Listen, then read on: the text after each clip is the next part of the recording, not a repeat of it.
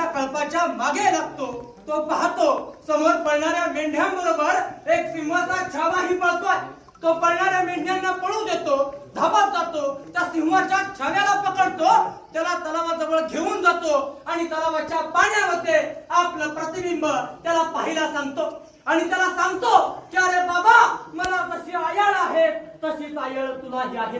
मी जशी डरकाळी फोडू शकतोय, अगदी तशीच डरकाळी तोही फोडू शकतोय. माझी नख जेवढी तीक्ष्ण आहेत तेवढी तुझी नख तीक्ष्ण आहेत, असं त्याला ठणकावून सांगतो आणि तलावाच्या पाण्यामध्ये आपलं प्रतिबिंब पाहायला सांगतो.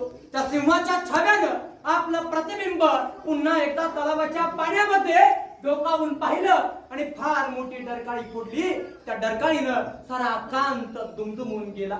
अगदी त्याप्रमाणे साड्याच्या, माळ्याच्या, कोळ्याच्या, दलिताच्या, न्हाव्याच्या, शिंप्याच्या, लोहाराच्या, कुंभाराच्या, चांबाराच्या, आलुतेदाराच्या, बलुतेदाराच्या 18 पगड जातीच्या पोराच्या मुखातनं ज्या माणसानं सिंहाची डरकाळी बाहेर काढली त्या राजाचं नाव आहे छत्रपती शिवाजी महाराज.